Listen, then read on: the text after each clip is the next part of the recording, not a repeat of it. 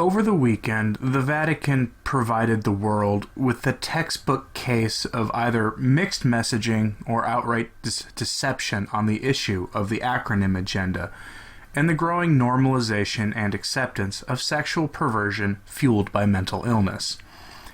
While the traditional teachings of the Church regarding sexual morality remain on the books, even in John Paul II's Catechism, the words and actions of the Vatican and many of its most influential and approved voices speaks louder than the Catechism, for the actions of the leaders of the Church will always speak with much more force than a book does that few have read and fewer have been taught from directly.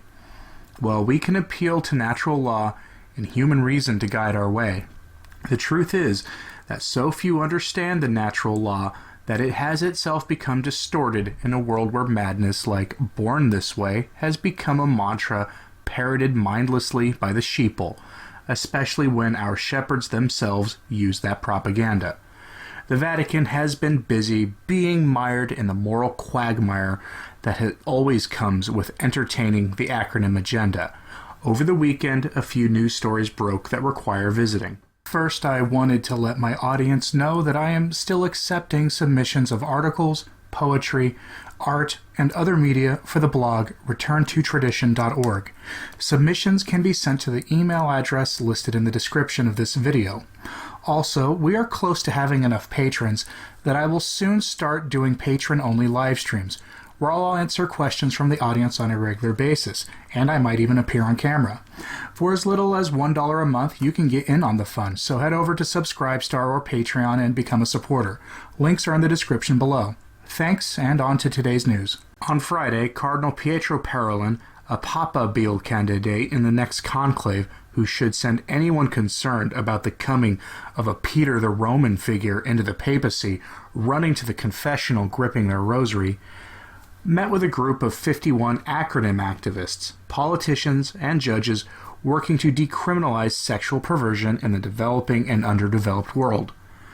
Quoting a statement released on Friday by Andrea Gossati, Vatican spokesman, quote, "Today in the Vatican, Cardinal Pietro Parolin received a group of approximately 50 persons working in various ways against the criminalization of homosexuality.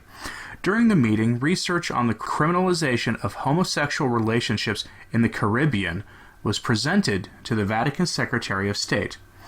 Cardinal Parolin extended a brief greeting to those present, repeating the Catholic Church's position in defense of the dignity of every human person and against every form of violence.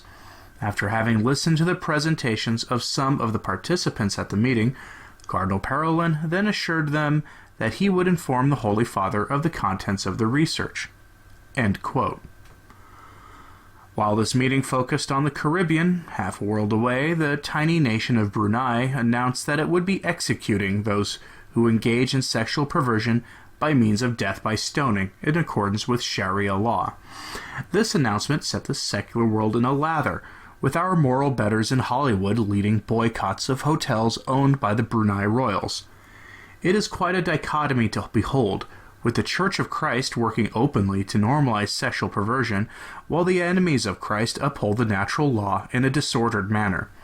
The meeting at the Vatican had originally been billed as a meeting with the Pope, according to a leaked letter from the Vatican, which I covered last week. That leak forced Vatican officials to backtrack after the Catholic world reacted rather appropriately to the idea of the Pope meeting with those who promote sins that cry out to heaven for vengeance, and not to ask them to cease sinning, but to hear their case.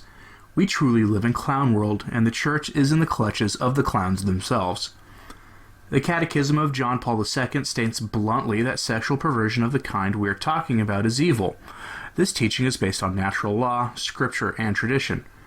The Church teaches that same-sex acts are acts of grave depravity, see paragraph number 2357, and that the inclination is objectively disordered, paragraph 2358. If you're wondering why I'm quoting the present catechism when I've never hidden my disdain for any present document of the Church, it is because these documents are the ones Pietro Parolin would be expected to uphold, as they are the governing documents of the Church. But for the modernist, the law of the Church is a tool to be used, or not, at the service of the agenda.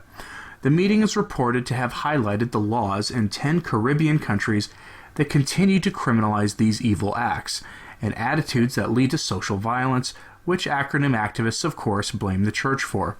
Local Catholic prelates lobbied for these acts to remain illegal, moves that were actually overturned by Pope Francis in Belize, much to the joy of acronym activists and the consternation of faithful Catholics everywhere.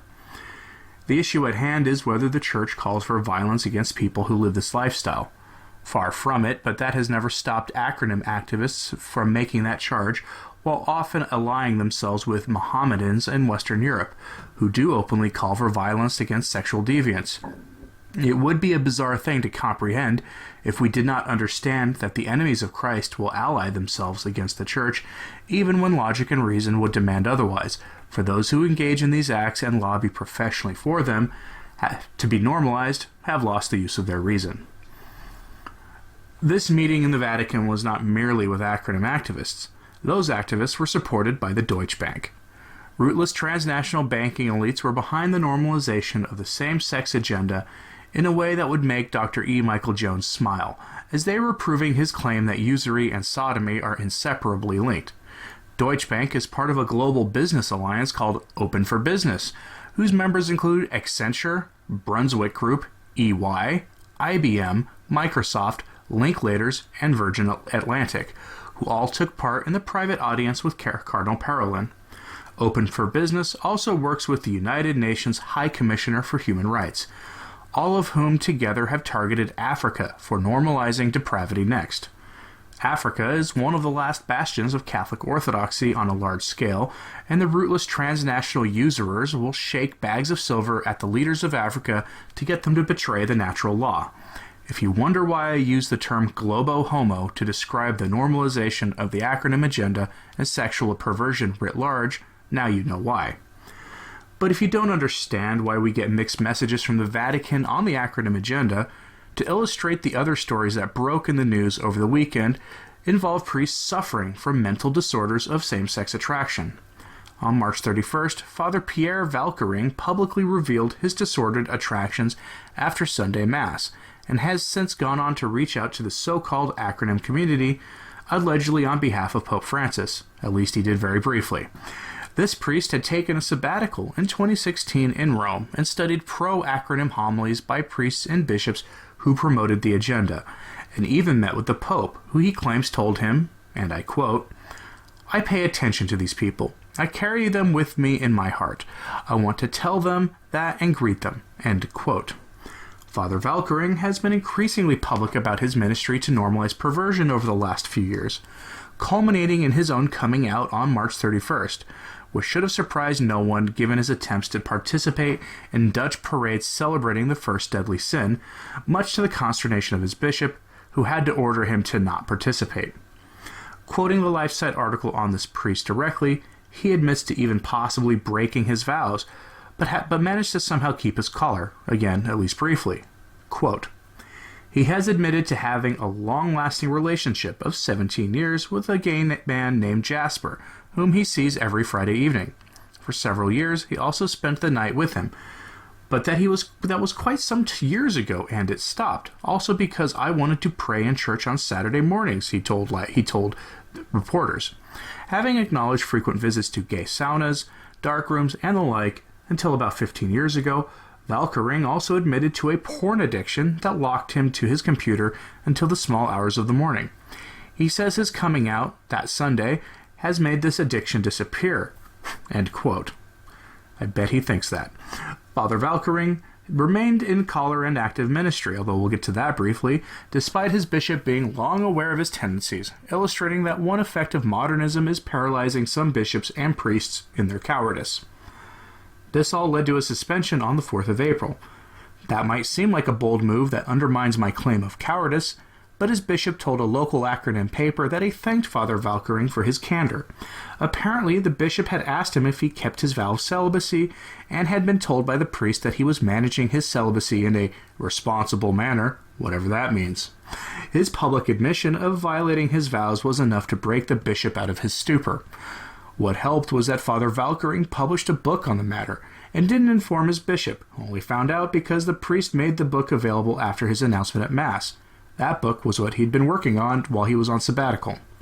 A local newspaper described that homily in this way, quote, Valkyrie closed his Mass with a speech about the big pink elephant in the Catholic Church.